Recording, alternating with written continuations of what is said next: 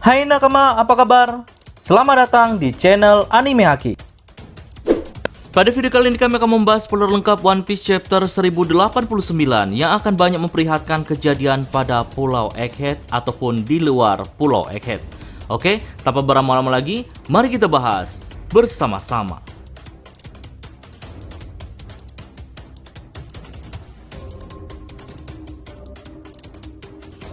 Judul pada chapter kali ini yaitu Peristiwa Barikade. Sedangkan cover story-nya merupakan requestan dari salah satu penggemar yang mana memperlihatkan seekor sapi pelayan berkaki dua membawakan Nami surat cinta dari Sanji.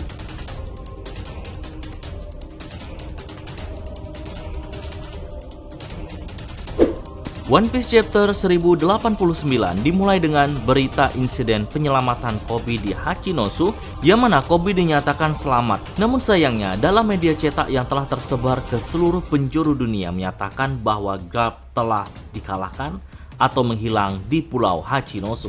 Tentu berita ini memberikan beragam tanggapan dimulai dari desa Fusa. Bapak kepala desa Wolfslip, ia percaya bahwa Garp pada dasarnya belum mati. Pasti ia masih hidup. Sementara anaknya Makino tertawa melihat foto Luffy di koran. Makino berkata bahwa anaknya itu pasti ingin menjadi seperti Luffy.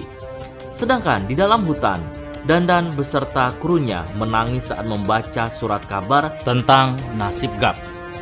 Kemudian cerita beralih dengan memperlihatkan situasi dunia saat ini yang secara tiba-tiba terjadi gempa bumi di seluruh penjuru dunia.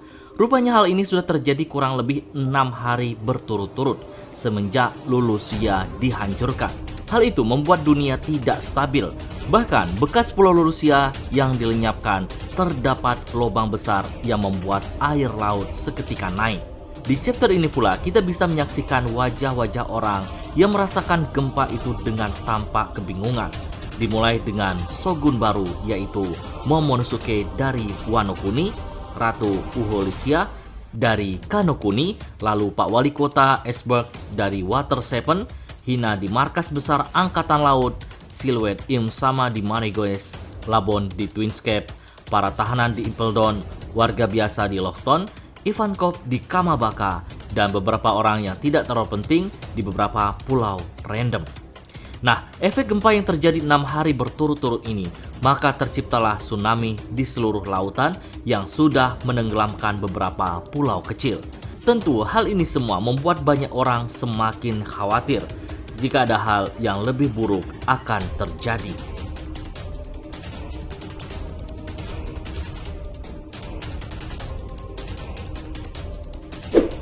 Kemudian cerita beralih pada kejadian di Pulau Egghead yang semakin menegangkan, yang mana kapal-kapal perang angkatan laut sudah melakukan blokade di seluruh pantai Egghead. Kizaru meledakkan salah satu penjaga pantai milik Little A. Kizaru bisa saja meledakkan semuanya, tapi dia tidak ingin menghancurkan Pulau Egghead untuk saat ini. Kizaru kemudian menelpon Sentomaru untuk menyerah, tapi Sentomaru menolaknya dengan alasan ia akan melindungi Vegapunk dengan semua resiko yang akan ia dapatkan. Dalam sebuah flashback singkat memperlihatkan Kizaru muda sedang berlatih disaksikan oleh Vegapunk muda dan Sentomaru kecil. Kemudian flashback selesai. Sentomaru berkata bahwa ia tidak menyangka bahwa orang yang diutus untuk membunuh Vegapunk adalah Kizaru. Kemudian Kizaru mengatakan bahwa meski dia sebagai admiral pun ia tidak bisa menyelamatkan Sentomaru kalau dia terlibat dalam penelitian Void Century. Dia meminta maaf karena tidak bisa menolak pemerintah dunia untuk menghabisi semua orang di Pulau Egghead. Nah, dalam penyerangan ini dijelaskan secara total ada 100 kapal perang yang datang ke Pulau Egghead, 9 Vika Admiral termasuk Doberman dan Doll, dan 30.000 pasukan beserta Kizaru dan juga Saturnus. Di saat Gorosei Saturnus masih menikmati minumannya di dalam kamarnya, Doberman datang melapor. Saturnus memerintahkan Doberman untuk menenggelamkan kapal yang mencoba membawa peneliti kabur.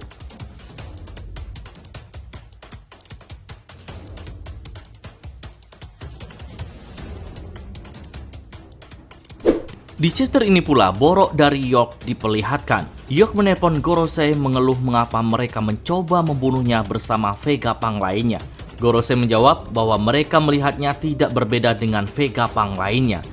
Namun setelah insiden Lulusia, mereka memiliki ide baru dan mereka mungkin akan mempertahankan Yok untuk membantu mereka memproduksi lebih banyak lagi senjata Mother Flame. Rupanya terungkap bahwa Yok adalah orang yang bertanggung jawab yang telah mengirimkan Mother Flame ke Gorosei. Tenaga pembangkit untuk memproduksinya pun juga ada di Pulau Egghead. Itu alasannya mengapa Kizaru tidak ingin menghancurkan Pulau Egghead. Yok membuat Gorosei berjanji untuk tidak menyakitinya dan juga tidak menghancurkan laboratorium penelitian. Ditambah lagi, menjadikannya salah satu bagian dari Tenryubito. Salah satu Gorosei menyetujuinya. Terlihat juga bahwa Saturnus dan juga Kizaru mendengar percakapan tersebut. Namun dalam halaman ganda terakhir di chapter ini, terlihat bahwa Yok menelpon sambil menangis dengan pedang Zoro di lehernya. Usopp adalah orang yang menyiapkan denden musik. Yok mengakhiri percakapan sambil berteriak meminta tolong. Selamatkan aku dari Luffy. Gorosei, Saturnus, dan Kizaru terkejut mengetahui hal itu. Sejak saat itulah mereka berpendapat bahwa Yok berhasil mengalahkan semua orang menggunakan Seraphim sebelum Yok menelpon Gorosei.